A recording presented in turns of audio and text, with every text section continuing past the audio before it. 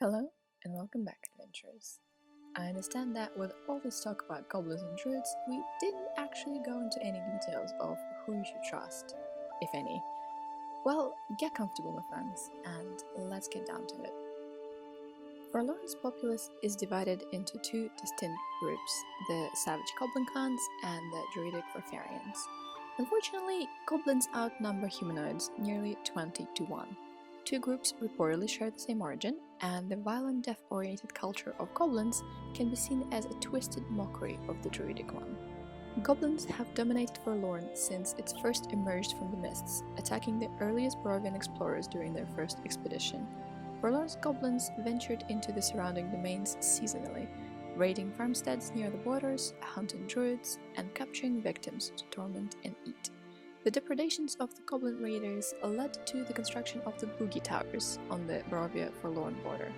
Today, goblins rarely venture beyond Forlorn's borders, at least not according to any credible report since 730. Forlorn's goblins do not create settlements, as they have no need for agriculture, but substantial numbers can be found in or near Castle Tristan or the ruins of Burnham. Otherwise, goblins spend their time roaming Forlorn, patrolling the borders, hunting druids, or gathering in the caves of Mount Aron. According to druids, the goblins were once men and women of Forfar, transformed into grotesque mockeries of humans at the culmination of the Year of Woe, just as the land itself transformed into a mockery of its former shape. The goblins appear to organize themselves along clan lines, much as the Farfarians did. Druids believe that the goblins remember the clans they belonged to while they still were human, and they seize on those old allegiances as a form of primitive territoriality. Goblin clans are very competitive. Each states out a small area of Forlorn as its own territory, and battles over minor incursions are frequent and bloody. A chief, usually the largest and strongest goblin, rules each clan, but changes in leadership are common due to death or shift in favor. The druids claim that ultimately all goblin clans are loyal to the Salader, the ghost of Castle Tristan, who the goblins refer simply as Master, or, since people pointed it out to me, to Tristan. The goblins have two major purposes to their existence. The first is to patrol Forlorn in search of humans. The druids are apparently the true targets, but the goblins rarely distinguish between humans, therefore all of them end up as their prey. In most cases, they are trying to capture their victims alive and transport them to their master. The second task that occupies the goblins is the chopping and burning of Forlorn's trees, a task they pursue with enthusiastic glee. Ironically, the defiled and corrupted state of Forlorn's woods has significantly hindered the goblins' efforts to destroy the forests. The damp and fetid woods burn slowly, and the flesh-eating plants find the meat of goblins as palatable as human. When not harrying the druids or ravaging the forests, the goblins spend time in leisure. A particular favorite sport is called arbor hefting, a corruption of Farfarian sport called saber tossing, in which two teams of 5 goblins lift heavy logs and throw them back and forth, with the aim of crushing as many members as possible. Another popular game is the sword dance, a corruption of an ancient Farfarian tradition. Goblins take up swords and form 2 long lines, facing each other. The goblins lie down on their bellies, leaving a corridor between them. Bold goblins take turns dancing from one end of the gauntlet to the other, while the prone goblins swing at their legs and feet. Goblins invoke the name of their god Aron frequently. In Farfarian druidism, Aron is a god of death and the underworld, a much feared, seldom mentioned boogeyman. Goblins honor their god by killing and seeking violent death themselves. They believe all bloodshed glorifies him and all the dead belong to him. Thus, they believe that resurrection, reincarnation, and undeath are blasphemous and rob Aron of his subjects. The sacred site of this debased belief is Mount Aron. The mountain caves are filled with the carefully sorted bones of the goblins' dead, watched over by crude statues of Aron. The goblins believe their god dwells in the underworld of On, the Isles of the Cursed, a land accessible through the fissure called the Maw of Aron at the mountain peak. Farfarians themselves take great pride in their red hair, claiming it to be the gift of the fae.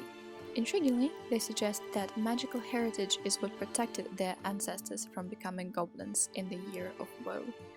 The plot of the Farfarians is a humble one. Virtually all of the Farfarians pursue agriculture or simple crafts for the living. Farfarian herbalists and healers, however, are considered some of the best at their art in the core. In Forlorn, the druids live almost exclusively in carefully concealed warrens of hand-dug tunnels. They call these miserable caves their sanctuaries, using them to hide from goblin patrols. Druidic magic has an extensive role in Farfarian society. All Farfarians are aware of the struggle to restore balance to Forlorn, whether they approve of it or not. Each generation, young Farfarian idealists enter the ranks of the Druids, continuing their tradition of the forebears. Druidic society currently suffers an internal schism, loosely based on their religious lines. Two schools of thought on the best manner to approach restoring balance to Forlorn have arisen. One school, the Oath faction, believes bringing more goodly creatures into the land can restore balance. They are working on bringing the Fae, or the good folk, back. The opposing Roman faction believes that only by actively destroying evil beings can the balance be restored. They are constantly hunting small goblin parties and trying to enlist the help of the Wild Hunt. According to the Druidic legend, the Wild Hunt is a pack of ghostly huntsmen and hounds that ride through the night, preying upon evil beings. The hunt consists of a pack of baying, ghostly mastiffs with green glowing eyes and breath of green flames, followed by the horned god, the master of the hunt, who rides a ghostly steed behind his hounds. The Farfarians' way of dealing with the matters of personal honor is unlike any other. Aggrieved Farfarians engage in a tower duel, a one-to-one duel at the dueling tower with a flat, ledgeless roof. This serves as a dueling arena, with the combatants attempting to knock each other off the roof. The broad ring of flagstones encircling the tower ensures a permanent resolution to the matter, so few Farfarians engage in a tower's duel lightly. Also unique to the Farfarians are a pair of sports that they play during the solar holidays and other festivals. The first is saber tossing, where competitors take turns in lifting or hurling a massive log, attempting to set a record in both height and distance thrown. Only the strongest excel at this sport, and many Farfarians consider saber tossing prowess a point of pride.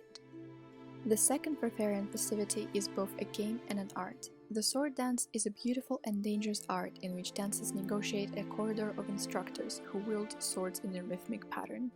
The sword dancers walk their way between the flashing blades, leaping and tumbling in time to the music. This breathtaking and daring act is also used in the Farfarian fighting style. So this concludes our small tidbit into the populace and the traditions of Forlorn.